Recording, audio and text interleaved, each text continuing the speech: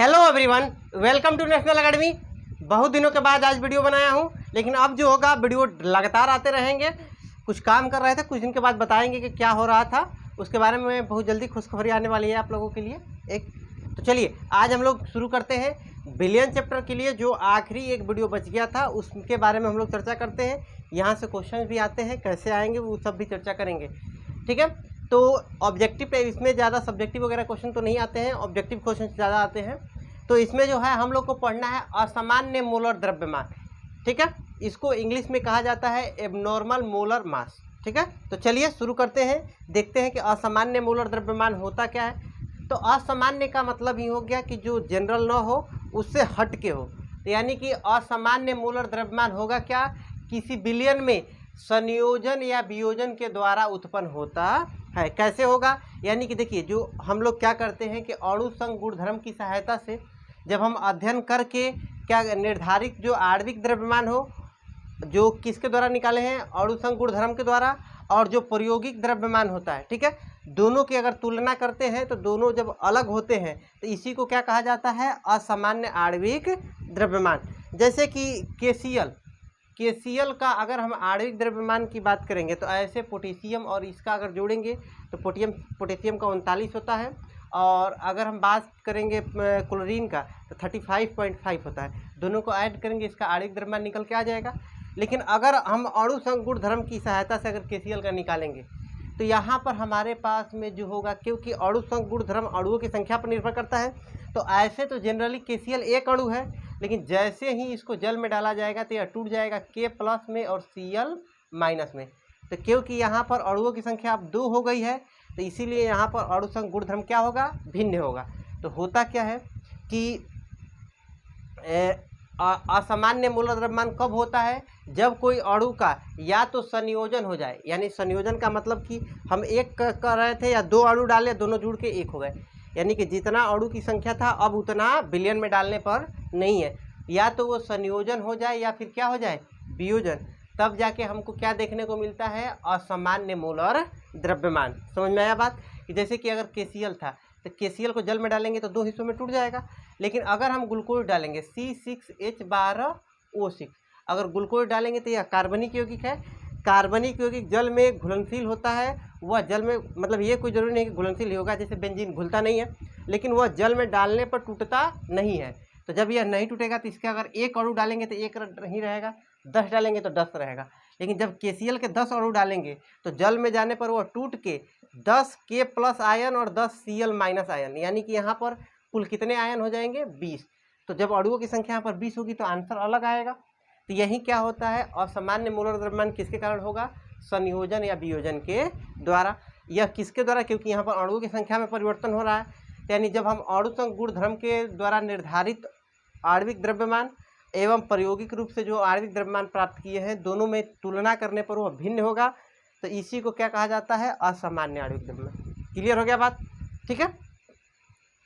जैसे कि इसको अगर समझना होगा तो जैसे कि मान लीजिए कि हम क्या किए कि एक गिलास दूध है, ठीक है, इसमें हम 100 ml लिए हैं। दूध है कितना ml, 100 ml दूध है, ठीक है। अगर 100 ml दूध है, ये ग्लास ए है, ये ग्लास बी, ये ग्लास सी और ये ग्लास बी, ठीक है। तो अगर हम इसमें से ए में से अगर 100 ml दूध का 100 ml बी में डाल देंगे तो बी में कितना ml दूध होगा, तो क्योंकि ए में 100 ml दूध था तो बी में भी कितना ml दूध होगा, 100 ml होगा। और बी का अगर सारा दूध सी में डाल दिया जाए तो सी में कितना होगा, इसमें भी अब कितना ml दूध हो जाएगा, 100 ml होगा।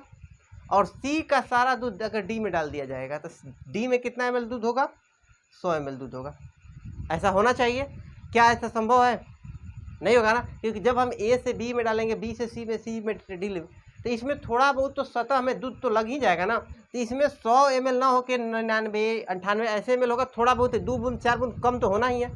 तो जब ये, यानी कि यहाँ पर जो थियोरेटिकल मान है और इसमें जो एरर आ रहा है, इसी प्रकार से यहाँ पर भी क्या होता है कि जो हमारा प्रायोगिक मान है और सैद्धांतिक मान है, दोनों में क्या होता है, अंतर होता है। इसी को कहा जाता है असामान्य आणविक द्रव्यमान, ठीक है। इसके बारे में सर्वप्रथम बताया कितने था, वान ठाफ ने बताया था, ठीक है। कब, 1880 में वान ठाफ ने बतलाया था। इसीलिए इस चीज़ को कहा जाता है वान ठाफ गुणांक, ठीक है। वन हाफ गुणांक को किस अक्षर से दर्शाते हैं?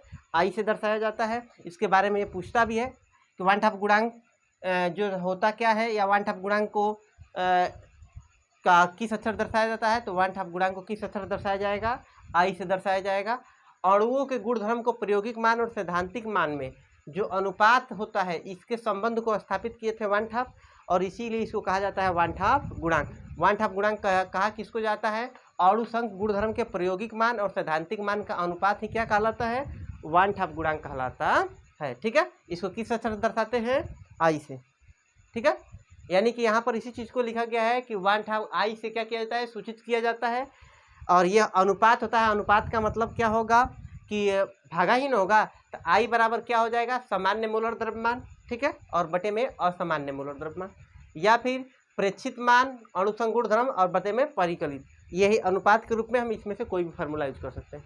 ठीक है, समझ में आ गया बात? ये इस अनुपात को कहा जाता है। अब ये वन हाफ गुणांक जो आई का मान होता है, आई का मान एक भी हो सकता है, एक से अधिक भी हो सकता है, और एक के बराबर भी हो सकता है। तो देखो, जब आई का मान एक होगा, इसका मतलब कि कोई भी टूटा हुआ नहीं है, ना ही जुड़ा हुआ है। जब एक से अधिक होगा, मतलब अणुओं की संख्या एक न रह के कितनी होगी? 2 3 टूट गया। ठीक है। तो यानी कि जब वियोजन होता है तो इसका मान एक से अधिक होता है, और जब संयोजन हो जाएगा तो संयोजन होने पर मान जुड़ के कम न हो जाएगा। जैसे कि पहले मान लीजिए अणुओं की संख्या 3 हुई, 3 को जुड़ के 1 हो गया, यानी कि अब पहले से मान क्या हो गया? कम। तो जब पहले से कम हो जाएगा तो इसका वांट एक से कम हो जाए, क्या हो जाएगा? कम हो जाएगा।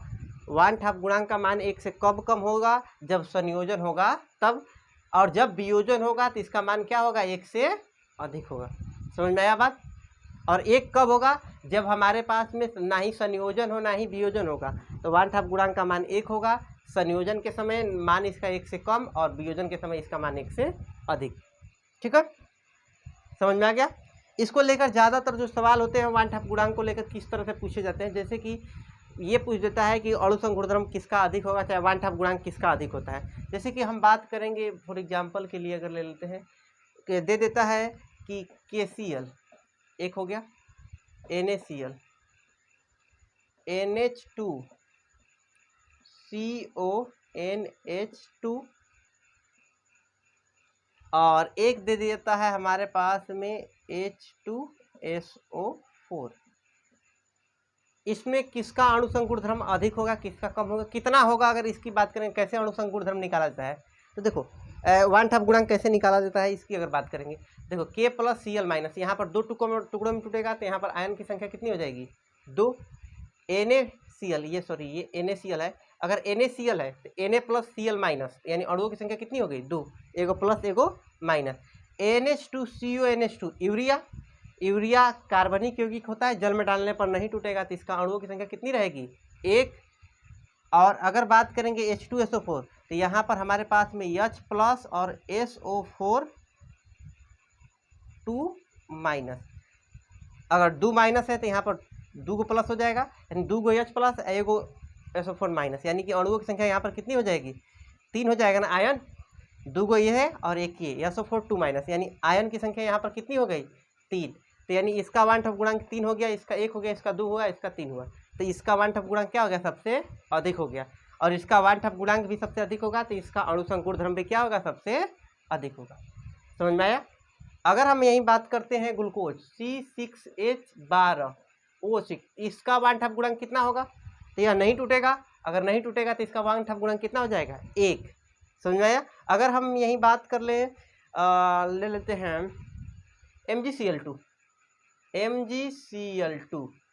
कितना हो जाएगा? ये टूटेगा Mg2+ में, और साथ में Cl माइनस, 2 गो Cl माइनस रहेगा, तब जाके चार्ज बैलेंस होगा। यानी कि यहाँ पर कितना हो गया? 2 गो ये और एक ये मिलाकर कितना हो गया? 3। समझ में आया? एक और ले लेते हैं, Al2O3, इसका अणुसंघ गुणधर्म कितना होगा?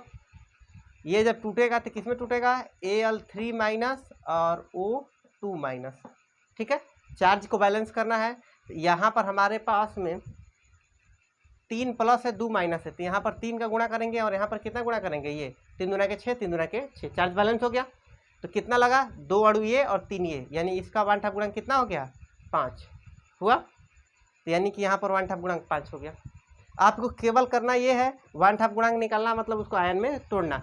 पूछता है कि निम्न में किसका 1/2 गुणांक अधिक है, या फिर पूछ देगा कि किसका अणु संगुण धर्म अधिक है, या अणु संगुण धर्म होता क्या है, हिमांक का अनवन, क्वथनांक का अवनयन। तो इसमें भी पूछ देगा किसका हिमांक का अनवन अधिक है, 4 को ऑप्शन दे देगा। ऐसा बिलियन वाला में दिया है। आज आप लोग जो टेस्ट दिए थे उस टेस्ट में भी, सुबह में आप लोग का टेस्ट हुआ था, उस टेस्ट में भी इसी तरह का दिया है। जो लोग अभी भी टेस्ट नहीं दिए होंगे तो जाके टेस्ट जरूर दे लीजिएगा, ठीक है। अभी भी आपको ग्रुप में वो लिंक है, अभी भी काम कर रहा है, जरूर टेस्ट दे लीजिएगा, ठीक है। तो इस तरह के क्वेश्चन इसमें पूछते हैं। तो ये आप लोगों का बिलियन चैप्टर का पूरा खत्म हो गया है। कहीं पर भी आपको डाउट होगा तो आप हमसे पूछ लीजिएगा, ठीक है। आपको नोट्स भी इसका का पूरा मिल चुका है, तो नोट्स अच्छे से बना लीजिएगा, क्वेश्चन भी प्रैक्टिस कर लीजिए। आपको असाइनमेंट में कहीं पर भी डाउट है तो आप हमसे पूछिए। आप लोगों को असाइनमेंट को अलग से डिस्कशन नहीं कराया जाएगा, आपको जिसको डाउट होगा वो अपना पूछेगा, उसको वो सवाल बताया जाएगा, ठीक है। मिलते हैं अगले वीडियो में।